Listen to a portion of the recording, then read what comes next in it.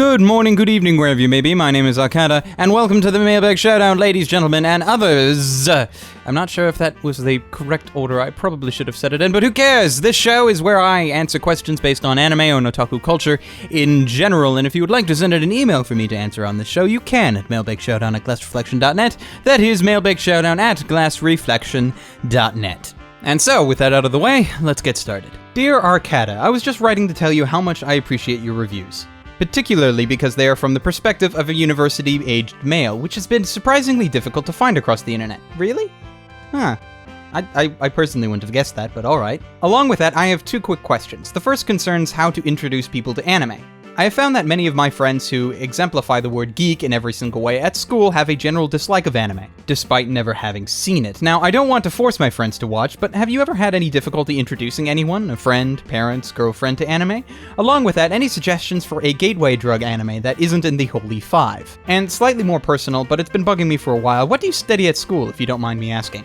Well, I actually recently sort of did an article on this. There's an article on my site that I have titled Chronicles of the Lady Friend, in which I am telling the story of how I have been attempting to introduce my girlfriend to the world of anime, and have been doing so since 2009. I think it's a fairly successful experiment, and hopefully the articles will reflect that. But basically what I say in there is that to try and introduce anyone to anime, the best situation that you have is that if they're already against anime, it's almost impossible. You might as well just not bother trying, because if they already have this very large hatred towards anime, it's going to be very hard to turn their mind around. Now, I'm not saying that it's impossible, I'm just saying it's very, very difficult, because they'll just go in with a negative mindset, and then no matter what they see, they just won't want to admit it. Even if they walk out of watching a show and enjoy it, they probably might never admit it, because they've been so heavily against anime for such a long time that it's just not something that they'll want to do. But if they're a little bit open-minded, my suggestion would be to find something live action that they really, really enjoy, and then find the anime equivalent, which is my recommendation to try and get basically anyone into anime, as that seems to me be the best way to do so. So I hope that answered your question. And about my schooling, I'm currently going to Ryerson University in Toronto, and I am getting a bachelor's degree in fine arts, which doesn't mean much, but I am in the Image Arts New Media program. So when I graduate after next year, I will have a Bachelor of Fine Arts in New Media, which covers basically everything as it has been described to me, as new media covers social media, it covers website design, it covers graphic design. It's basically a jack of all trades, master of none degree. So I'm hoping that that'll help me further down the line. But if not, it's a fairly good resume degree, I would think. So I hope that answers that question as well. Thank you for sending them in. Next up.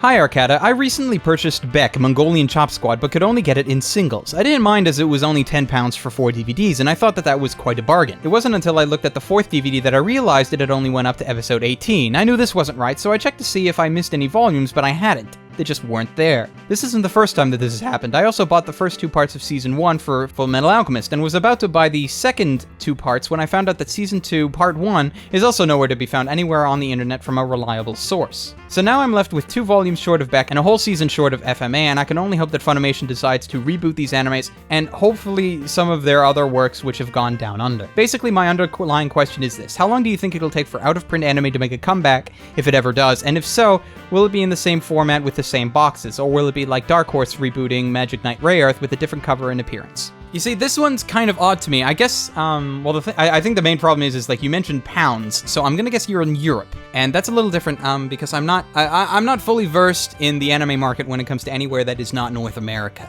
because I live in Canada, so I know basically what's going on in Canada, and we're fairly mirrored to the United States, so that helps there. And this is odd for me because I was recently at a convention in May, the usual convention that I go to being Anime North, and Funimation had a booth there in the dealer's room, and they were selling both seasons of Fullmetal Alchemist. Now, they had different covers than what I've seen, but Fullmetal Alchemist, like for Funimation, has been released many a time. When they first had it, it came out in individual discs, which were like 13 volumes, and then they did Season 1, Part 1, Season 1, Part 2, Season 2, Part 1, Season 2, Part 2, and then they just had the Season 1 and the Season 2 box sets. But I've seen them both. When it comes to out-of-print DVDs coming back, it all depends on if a company has the license.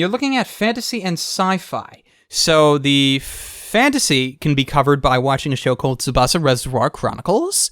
I think is a good choice there. Something a little more sci-fi, try out the mech show Code Geass, both seasons, of course. And if you want kind of a combination of both, though I'm not entirely sure how the combination works, I'm not too happy with it myself, but it's a good suggestion anyway, is an anime called Gungrave, which I reviewed a good while back. And your question number 2. This may be a stretch, but could you come to Anime Boston sometime in the future? I know your finances are limited, but Anime Boston is an awesome con, and I think you would definitely enjoy it. Bonus points if you actually do a panel there. Well, like I said in one of my previous mailbags, going to cons all just depends on me having money.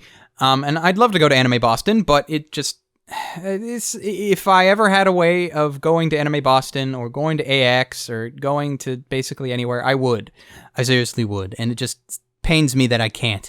As for doing a panel, I have no idea what I would do a panel about. I honestly don't believe my fan base is large enough to do a panel of any size just about glass reflection in general. So if I was to do a panel, it would have to be anime specific and not a panel about me, because I don't think that would garner as many people as some people think it would.